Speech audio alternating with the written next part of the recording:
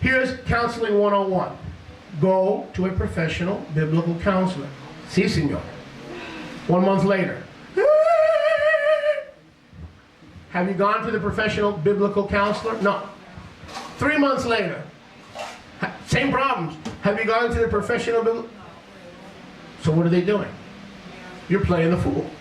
You are pouring precious wisdom and da'at and chokhmah into a leaky vessel. That's where we fail as leaders. Lay your life down for the vessels that'll maintain what you give them. Lay your life down. Do everything you can to build them up. Amen? Amen. Next question. Sister. What if your husband doesn't have a job? You're part of a mishpachah. You want to give tithes, you give what you can. You want to give tithes, but you can't give the full tithe. So what do you do? Because your husband is not in agreement. Because he's not working at that point. There's no income. In other words, the husband is not working. Right. And the wife is working. No. Neither the husband or the wife are working. Do they both attend the Nazarene Israelite Assembly? They both do? Yes. Then a brother or sister is not under obligation in those matters. You can't give what you don't have. That's right. And you shouldn't feel guilty about it. Do we give like our time and things like that? Oh, absolutely. Your time, your voice, your home. You can open up your home. You can open up. Absolutely. Yes, that is the correct thing. You can't give what you don't have. Now, here's a funny thing. And most of you, or some of you may disagree. I had a couple of sisters disagree with me from our congregation. Let's assume you have no income and you can't tithe. But obviously, because of our cashless society, you could put something on a credit card. Something can go on a debit card. Why not put your tithe on a credit card or a debit card? As long as you can pay it back. Okay, now some people may say, "Ooh, that's the mark of the beast." Well, we know better now that that's not the mark of the beast. At one time, we thought the computer chip and the cashless society was the mark of the beast. So I don't see a problem with putting $100 on a credit card to show Yahweh how much I love Him, because I'm doing that to keep the phone company from shutting off my phone. I'm already doing that. So why deceive yourself? Why would you do that for the phone company and not for Yahweh? Am I saying do that? No, I'm not saying do that. But I don't see why someone wouldn't consider that. But I'm not saying do that. No, I'm not saying do that. Okay. When the person, or one that gets a job, do they owe back tithe? Or do they? Ouch. I'm really curious about this because I want to know. I mean, do they owe back tithe? Did everybody hear that? That's an excellent question.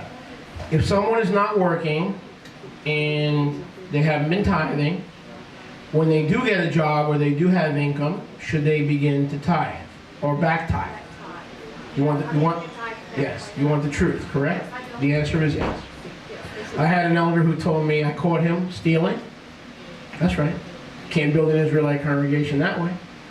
And I said, you cannot teach here. You cannot preach here ever again unless you begin to tithe. And not only that, I said, how much do you make? $6,000 a month. $6,000 a month. You've been borrowing rides, having people pay for your barbecue food. This has been going on for years. My wife said to him, Rivka said to him, I thought you were broke. He's retired. I thought you were broke. You're making $6,000 a month? That's more than a rabbi. For sure. You know how much I make from my congregation? I make my money from Bibles, books, tapes.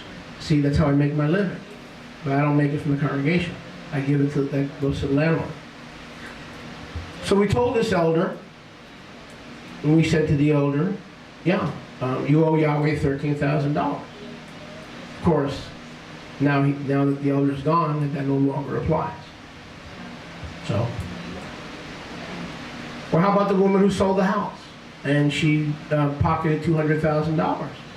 Boy, that's where you really want to start looking for an escape clause, because that's a big chunk of money. 10% of 200,000. But you see what's going on here? Tithing. Because you see, the church, we bash the church, we ridicule the church, we talk about their Nicene hang-ups. But when it comes to this stuff, they're light years ahead of us. Yeshua said, he rebuked us. And he said, Nazarene Israelite leaders, the children of this world, including the children of the church, are wiser in their business dealings in their generation than the children of light. Because when it comes to raising funds for Jim Baker's thing and Jimmy Swaggart's thing, boy, they know all the right buttons to push. And we don't have to push any buttons.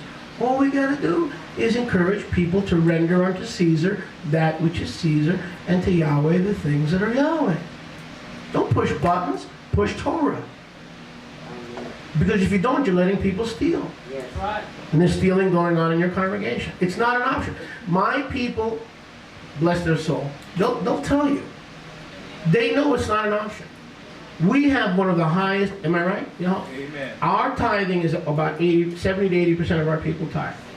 Maybe 60. Most congregations would give their right arm for that. How did that happen? It took 10 years. And I never until this year preached on tithing. It took 10 years. And I never, am I right? Althea, you've been with me. How many tithing messages have I preached? I mean full tithing message. A full hour. How much? And how long have you been with me? 3 years. You don't have to preach it. It's in the Torah. You understand? In other words, I'm sorry. In other words, can you come without tithing? Yes. But you can't handle the keyboard. You can't handle the lights. You can't do the aliyah and carry the Torah. You have to be a tither to be honored in the kehillah. But let's see if we can have some other questions. Non-tithing. Questions? Jimmy, you had on tithing? Mine was tithing. Go ahead. She asked the question, back tithing. What do you go by? What number do you use? Whatever. Let's say a person hasn't been tithing. Pardon me. Let's say a person hasn't been tithing for 10 years. I'll say 5 years. So you take their annual income times 5 times 10%. So their annual income is 60,000 times 5 is what? 300,000 times 10 is what? 30,000. Can that help this shul? 30,000. And you're not Yahweh. You know why? Because Yahweh would add how much? 20%.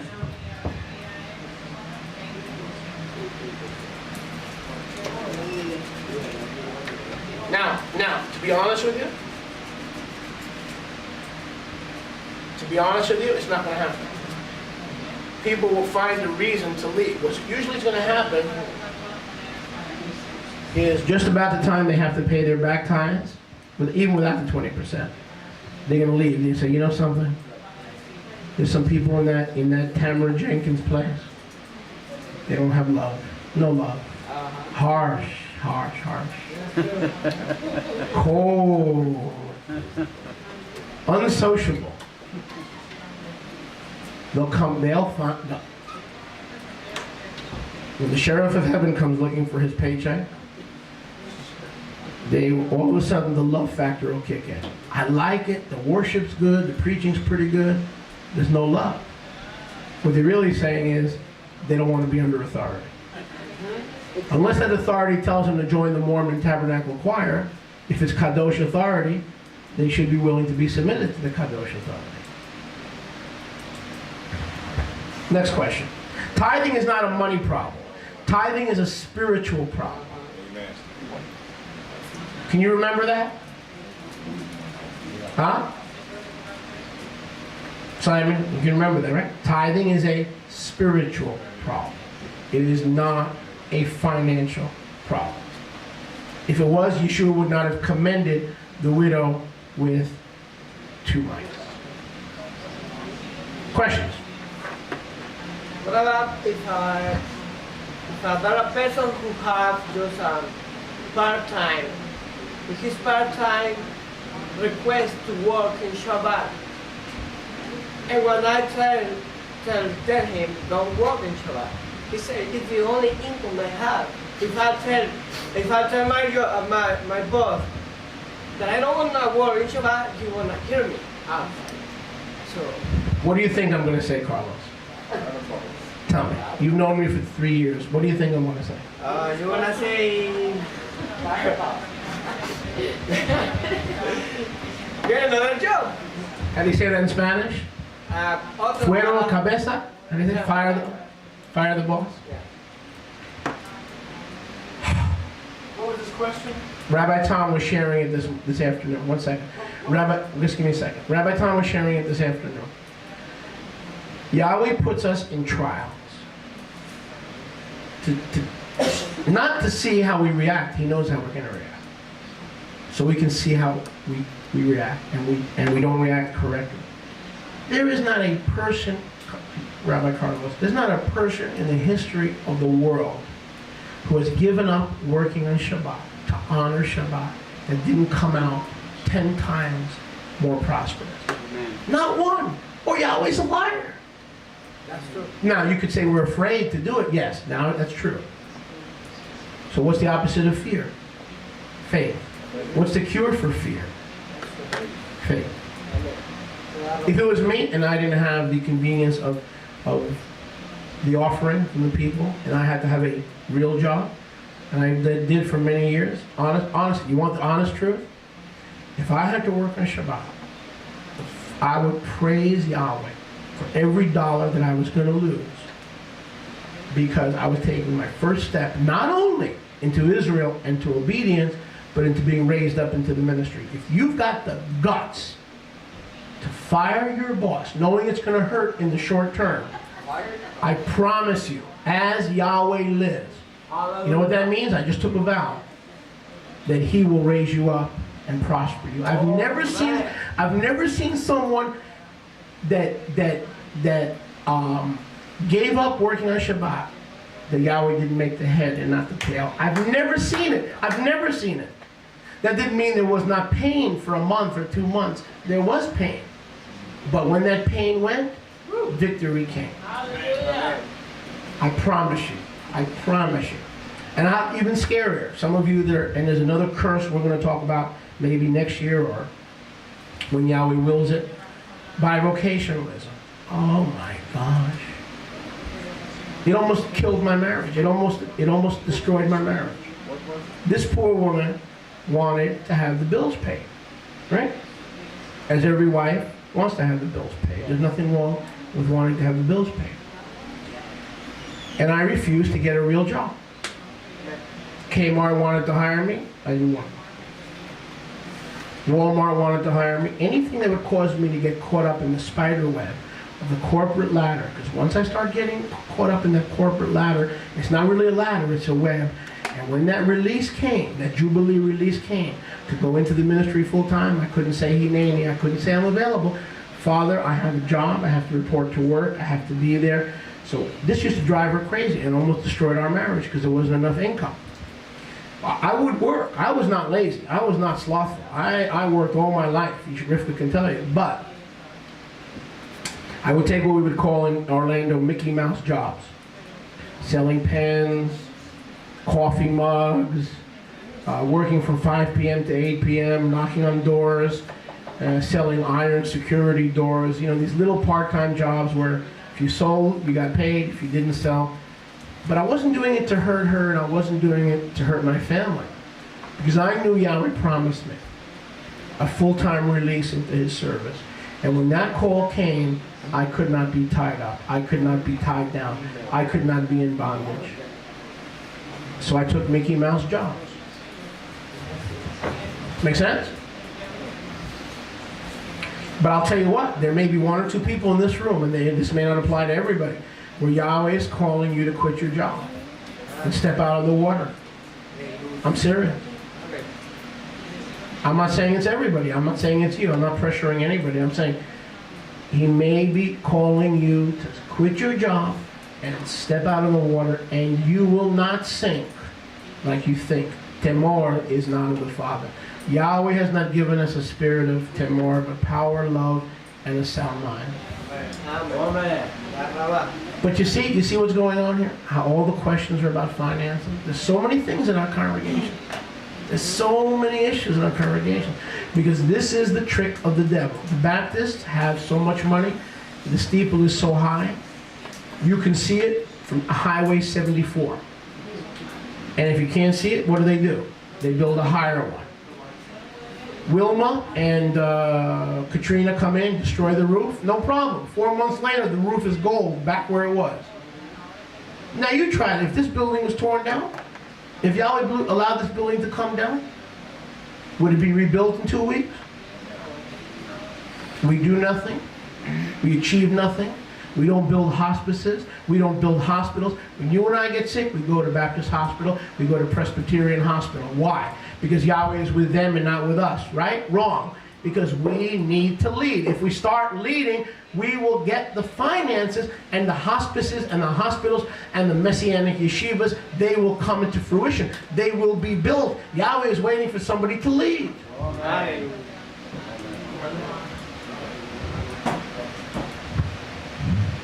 Question. I mean, doesn't that make you angry that when you and your loved one get sick, you have to go to a Catholic hospital, Presbyterian hospital? But name one. I'll write you a check right now. Name one. A Messianic hospital, a Messianic nursing home. It's disgusting. There is not one. Not one. And the Hebrew schools, the Messianic schools, I took my daughter out of the Messianic school in Fort Lauderdale. Why? They had a Christmas program, and the children used to bring in ham sandwiches, and the teacher used to laugh and didn't take away the ham sandwich, and they had a Christmas program. Jewish jewels. Do I have to help you and name names? Does anyone know that ministry? I'm sorry. You know, I'm nobody's pushover. I love people. I don't like some of the behavior. I don't like some of my behavior. But why should I send my daughter to a Hebrew school where they're teaching her it's okay to eat pig? So you know what I did? I did probably something that you wouldn't do. I pulled her out of the Hebrew school and I put her in a Christian school. Why? Because in this Christian school, at least they do scripture memorization. In that place, they didn't even do that. What's the difference? She could eat pig in the Baptist school. She could eat pig in the Messianic school. We have nothing. We do nothing. We accomplish nothing. So we have one of two conclusions. Either Yahweh is with the Catholics and not with us, or he is with us, but he's waiting for someone to lead the people into the promised land. And it ain't me, because I can't do it on my own. It sure ain't me. It's us. Question.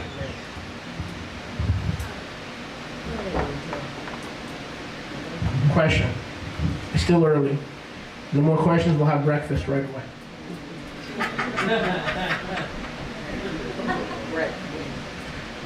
Can we do a non-financial question?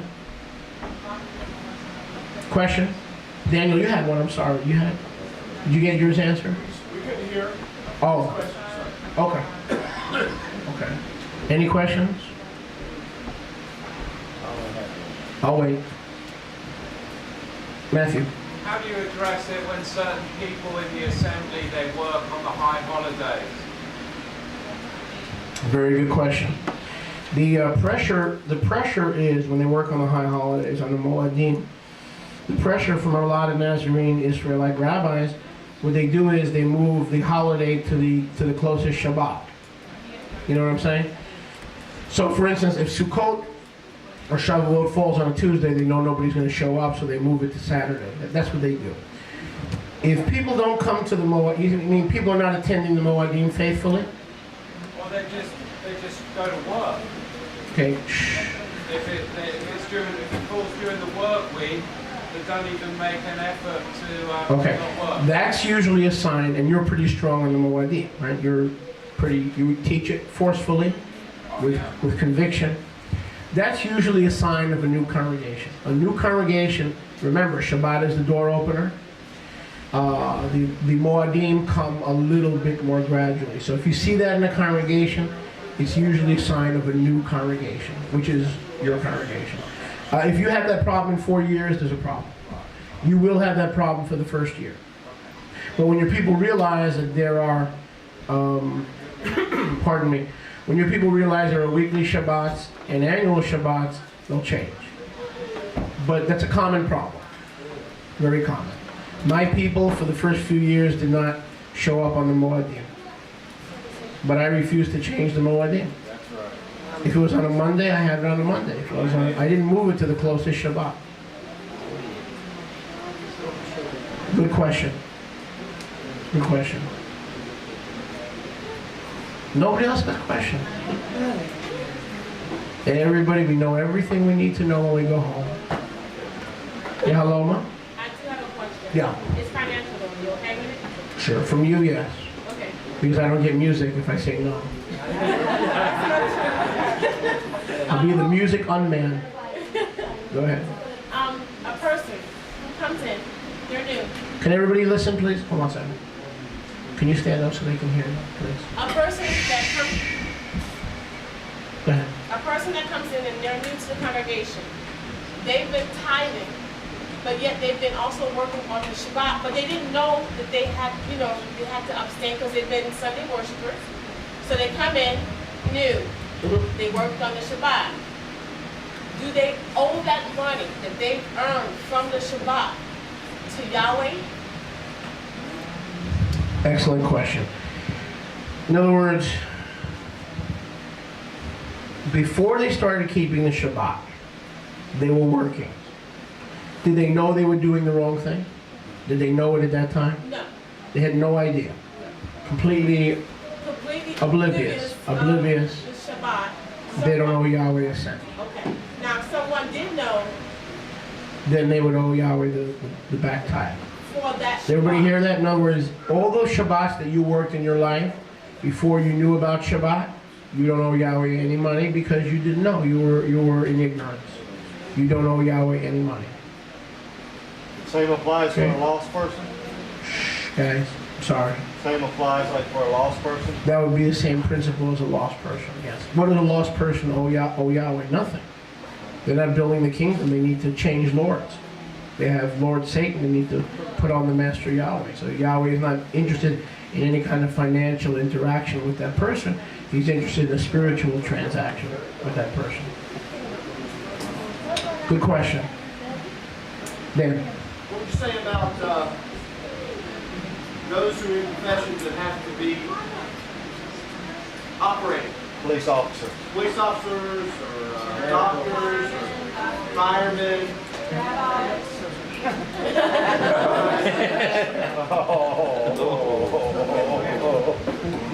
Well, Daniel, you are off the hook because, as you know, rabbis work harder on Shabbat than probably just about any other day. So I work on Shabbat, and I fulfill the Torah by working on Shabbat. Yeshua said the Kohanim work on Shabbat, and they do not profane the Shabbat. In terms of 9/11, rescue workers, police, after 10 years of seniority, you've built up enough seniority to tell your manager, you ain't coming in. I mean, let's be serious here. Only after 1 year without seniority, you cannot tell that to them. If you've got any kind of seniority, you can tell them you're not coming in. But if you still must come in, if you say you will lose your job, if you do not come in, then you either have to fire the police department and the paramedics or whoever it is, okay? Or go to work and take every penny and give it to the synagogue. And nobody's going to do that. Nobody's going to do that. Which just proves you it's not an attendance issue. It's a spiritual issue. Because if they have to go to work that day, they ought to be donating that money to the kingdom of Yahweh. So they're that crazy that they want to go to work, go ahead. But they should not keep any pay. It all has to go into building the kingdom of Yahweh. And let's be honest, have you ever met anybody that did that, Dan? Come on. You see what I mean? Tithing is not a financial problem.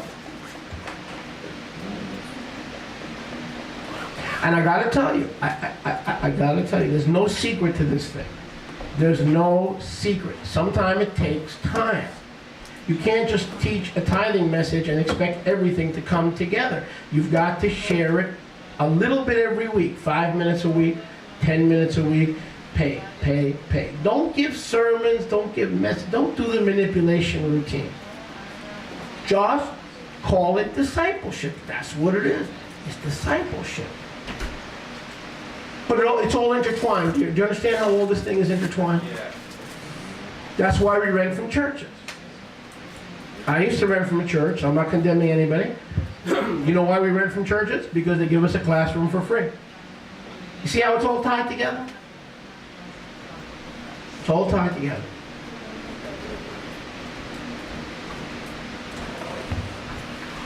Hermano Franco. Something about the master.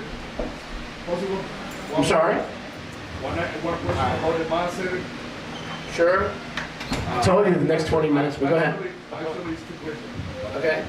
One, the first one is one woman say, I'm poor. And my share always I give to my dad or my mom because they are very poor. Stop. Stop. Yeshua knew that was coming. Yeah. Matthew 15. You take Yahweh's tithe and you give it to your parents and you call it korban. And Yahweh said, so you have neglected the Torah to do the commandments of man. Now part 2. Sorry to be that abrupt, but that just hit me. One, another people say,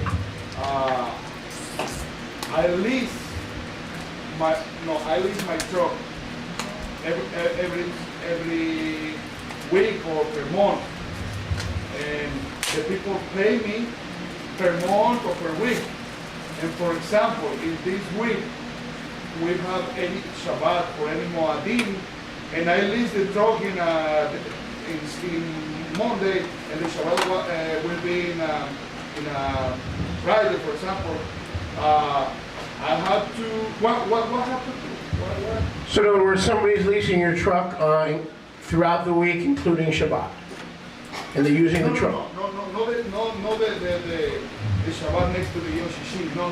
In the middle of the week, any Moadim, whatever Moadim, Pesach. What are they doing with the truck? Using for construction or using for. Who's they? Your people believers or unbelievers? No, yeah, people that come to the synagogue. They come to your synagogue. I would put in my case. I was leasing one launch truck per eternity. I don't have any contract with nothing. So when I come to the Moadim, I had to take somebody for drive my truck because we have a route. So What kind of a route? Potato chips? Yeah. Soda? What kind of a route? Yeah, we visit every kind of factories. When the people take a break, we are with the truck over there, and the people come with us. Well, wait, you have a roach coach? Does that translate in Spanish? I'm getting feedback. Something like that. You know what a roach coach is, right? A roach coach. That's a slang in England. Lunch truck. Classic dive with. So the thing is, when we have a Pesach, for example, and the Pesach was in a Tuesday, I go to the synagogue all the day, but I had to put in one driver. You want verdad or No. you're not finished? What would you? You want the truth?